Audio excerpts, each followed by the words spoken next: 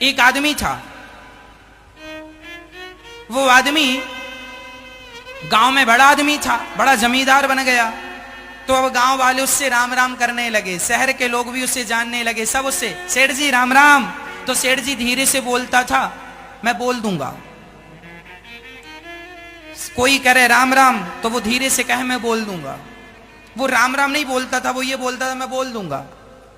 अब एक आदमी ने सुन लिया, उसने कहा सेठ जी सारे लोग आपसे राम राम करते हैं तो आप ये क्यों कहते हैं बोल दूंगा।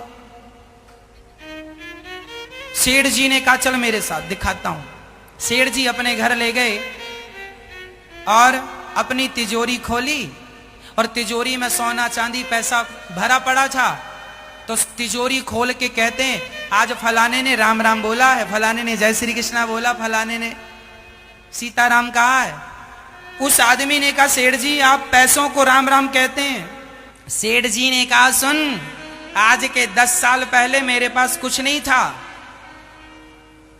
फटे से कपड़े। दूसरी तिजोरी खोली तो उसमें उसने चप्पलें रखी थी जिसमें कई छेद थे, पुराना सा पैंट था, पुरानी सी शर्ट थी फटी सी। उसने कहा देख आज के 10 साल पहले मेरी औकात ये हुआ करती थी, फटा सा कपड़ा। जब मैं फटे कपड़े पहना करता था ना, कोई मेरे से राम राम नहीं किया करता था।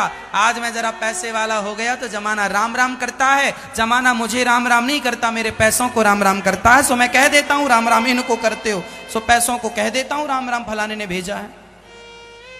ये जो तुम्हारा अज्ञान है ना कि लोग तुम्हारी इज्जत करते, तुम्हारी नहीं। जरा तुम्हारा ये धन दौलत जरा नहीं था, जब तुम्हारे पास कुछ नहीं था तो तुम्हारे अपने भी सीधे आंख बात नहीं करते थे, सीधे मुंह बात नहीं करते थे। अब कुछ हो गया तो रिश्ते जोड़ने 1000 आ जाते हैं। ये दुनिया तुम्हारी भूखी नहीं है, तुम्हारे पीछे का धन दौलत की भूखी है। इसलिए कोई तुमसे प्यार नहीं करता। ये जो गलतफहमी हम पाल रहे हैं ना, हमारे लोग बड़ा प्यार कर रहे हैं, हमारे ये अपना बहुत प्यार कर, तुमसे नहीं साहब, तुमसे नहीं। जरा तुम्हारे भगवान ना करे किसी के दिन खराब हो, पर जब तुम्हारे कभी दिन खराब होते हैं ना तो पता लग जाता है कि कौन तुम्हारा है।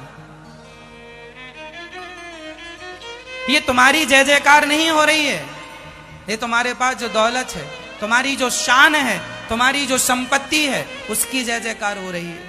बहुत सारे बच्चे अपने माँ बाप की सेवा करते हैं, लेकिन अक्सर जिन माँ बाप के पास बहुत संपत्ति है या माँ बाप कमाते हैं, उनके बच्चे तो अच्छी सेवा कर रहे हैं, पर जिनके माँ बाप के पास कुछ नहीं बचा, उनके बच्चे माँ बाप को घर से निकाल देते हैं। 2 रोटी भी महंगी पड़ रही है। देख लो, तुम्हारी इज्जत पैसों तक ही थी। आज का व्यक्ति इंसान की कदर नहीं करता, आज का व्यक्ति इंसान की इज्जत कम करता है, धन की इज्जत ज्यादा करता है। हमने ज्यादा सपने नहीं सजाए हैं, ना ज्यादा सपने देखते हैं। हम तो भगवान की मस्त सपने में भगवान को देख लेते हैं। जिस दिन सपने में भगवान आ जाते हैं समझ लेते हैं कि आज की रात हमारी सफल हो गई, हमारा जीवन सफल हो गया, क्योंकि सपने में भगवान आए। हम दुनियादारी को देखना ही नहीं चाहते, जितना देखना था बहुत देख लिया, देख लिया। आप लोग अभी बच्चे हैं, ना देखे हों सो देख लेना, अंत में परिणाम वही निकल के आएगा जो हम कह रहे हैं। तुम सारी दुनिया घूम लो, लेकिन परिणाम वही है जो हम आज कह दे रहे हैं। तुम जो घूमोगे वो हम घूम के देख चुके हैं, तुम जो करोगे वो हम करके बैठ चुके हैं। इसलिए अनुभव है जीवन का, आपसे शेयर करता हूं, तुम्हारी जय जयकार नहीं है, भगवान ही तुम्हारे हैं।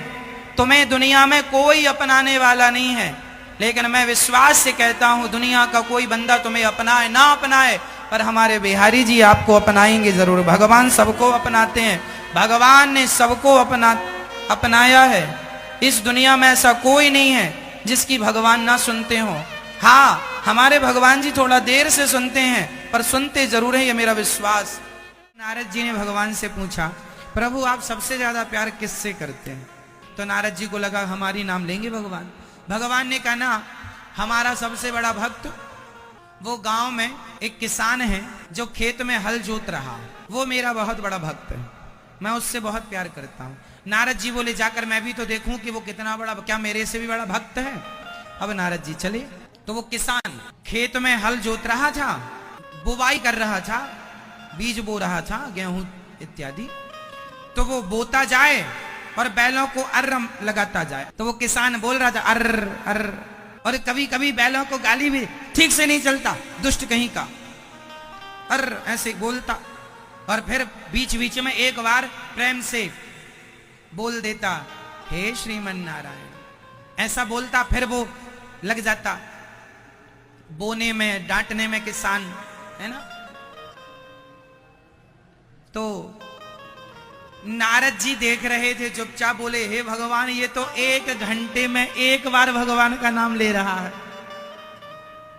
पर भगवान कह रहे हैं हम इससे ज्यादा प्यार करते हैं। तब तक उसकी पत्नी आ गई। किसानों की भी एक अच्छी लाइफ होती है, खेत में किसान काम कर रहा, उसकी पत्नी नाश्ता लेके खेत ही चली गई। अजी सुनते हो, पकौड़ी लाई हूं आपके लिए, थोड़ी सी पूड़ी भी लाई हूं और आंवले का अचार लाई हूं। हाँ हाँ आता हूं। वो किसान को छोड़ देता, जाओ तुम भी नाश्ता कर लो, चर लो, तब तक हम भी थोड़ा चर ले। तो वो बढ़िया पत्नी के पास आता है, किसी पेड़ की छांव में बैठता है, और जो भोग लाई पत्नी, जो पूड़ी लाई, अचार लाई या बासी रोटी लाई, क्योंकि देखो जब आदमी किसानों के यहाँ ना, किसान क्या सामान्य आदमी के यहाँ जब नाश्ते में कुछ नहीं होता ना, तो कल की रोटी अचार के संग खा लेता है आदमी, वही नाश्ता होता है। सही है। बासी रोटी नाश्ते में आपने कभी खाई कि नहीं? तो किसान की पत्नी थी, कभी बासी लेकर पहुंचती, कभी पूड़ी बनाकर पहुंचती, तो वो पहुंची और वो अपने पति को दिया। तो उसके किसान पति ने क्या किया, जो रोटी थी या जो पूड़ी थी, जो भी था, उसका अचार रोटी, बासी रोटी ही सही, पहले हे श्रीमन नारायण भोग लगाओ, भगवान को अर्पण किया। किसान ने खाया। अब जब किसान खाया, नारद जी बोले, हे भगवान, ये तो घंटे 2 घंटे में 1 बार याद कर रहा है भगवान को। अब दौड़े दौड़े नारद जी गए, हे भगवान, हे प्रभु, मैं दिन भर आपका नाम जपता हूँ, आप मेरा नाम, आप मेरे को पहले नंबर पर नहीं रखे।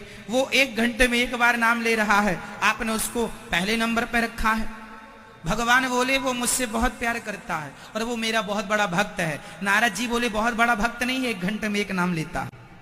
भगवान बोले, लेता है।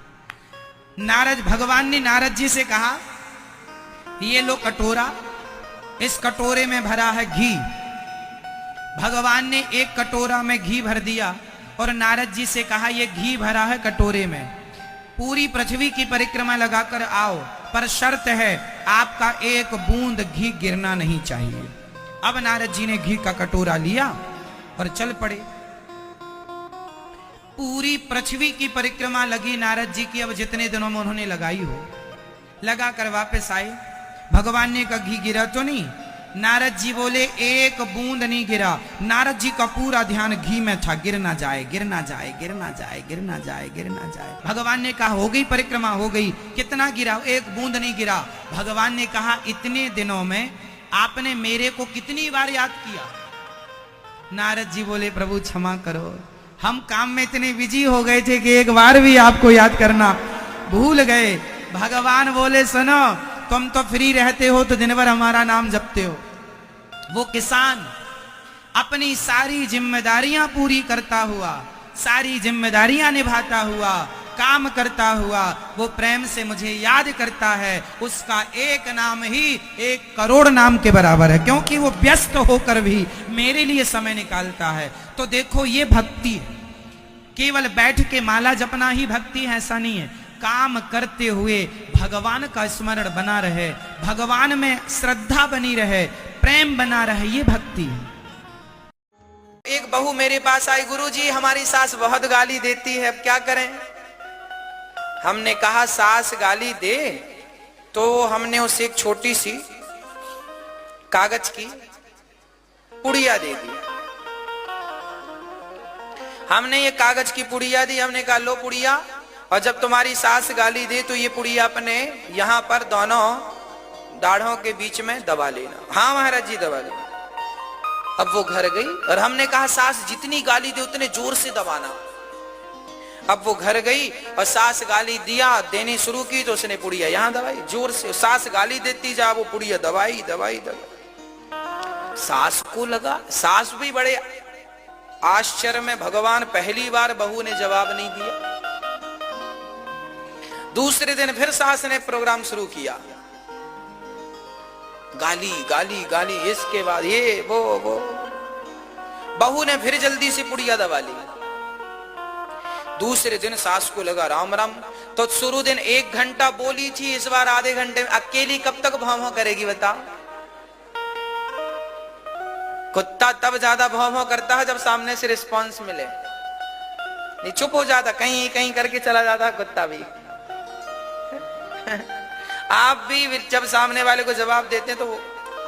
तीसरे दिन सास ने फिर गाली दी, पर 15 मिनट में कार्यक्रम पूरा कर लिया। चौथे दिन तो 2 मिनट ही बोली सास। अब सास को लगा बहू को क्या हो गया, ये तो जवाब नहीं देती। 5वें दिन सास बहू से जाकर पूछी, अरे बहू, अब तुम हमारी बहू नहीं हो, अब तुम हमारी बेटी बन गई हो। ऐसी हमारी बेटी थी, हम गाली देते थे, वो कोई जवाब नहीं देती थी, अब हम तुमको बेटी मानेंगी। अब तो बहू दौड़ी दौड़ी आई, गुरुजी क्या दिया था पुड़िया में? सास तो मां बन गई। हमने कहा पुड़िया खोल के देखो। उसने पुड़िया खोल के देखी, उसने कहा महाराज जी तो कुछ भी नहीं है, इसमें कोई भभूति अभूति नहीं है। हमने कहा कोई भभूति थोड़ी देते हैं। अरे बोले सास मां कैसे बन गई? हमने कहा मेरी बहन, आपने कोई जवाब नहीं दिया, आपने सास की गालियां 5 दिन सहन कर ली, तो 5 दिन में ही आपकी सास मां बन गई। जब आप सहन करेंगे तो अपने आप सामने वाले को बदलने की ताकत रखेंगे। सामने वाला तब बदलेगा जब आप पहले अपने आप को बदलेंगे। अपने आप में बदलाव लाइए, आप में सहनशीलता होगी तो सामने वाला अपने आप बदलेगा। कब तक नहीं बदलेगा? आप जवाब देते हैं तो आग लगती है, मत दिया करो, देने दो गालियां। कांटे से कहो तुम चुभना छोड़ दो, गुलाब से कहो तुम महकना छोड़ दो, तो क्या संभव है? नहीं ना। जैसे इस गुलाब ने कांटों के बीच में रहने की आदत बना ली है, उसी प्रकार आप अपने घर के वातावरण में रहने की अपनी आदत बना लो। जवाब देने से कोई फायदा नहीं। जैसे कांटों के बीच में रहकर भी गुलाब आपको खुशबू देता रहता है, अपनी सुंदरता से अपनी ओर आपको, अरे गुलाब की ओर भले लोगों को पता है कि इस पेड़ पर कांटे हैं, पर गुलाब है इसलिए लोग उसकी तरफ बढ़ते हैं, नहीं कांटे ही कांटे हो तो जाएगा कौन। आप भी अपने घर परिवार में इस गुलाब की तरफ बन के रहिए कि लाख आपका कोई अपमान करे, लाख गालियां दे, फिर भी आप अपना मुस्काना, अपना मुस्कुराना, अपना हंसना, अपनी प्रसन्नता, ये देखो कांटों के बीच में रहता है तो भी इसकी कली खिलती है कि नहीं?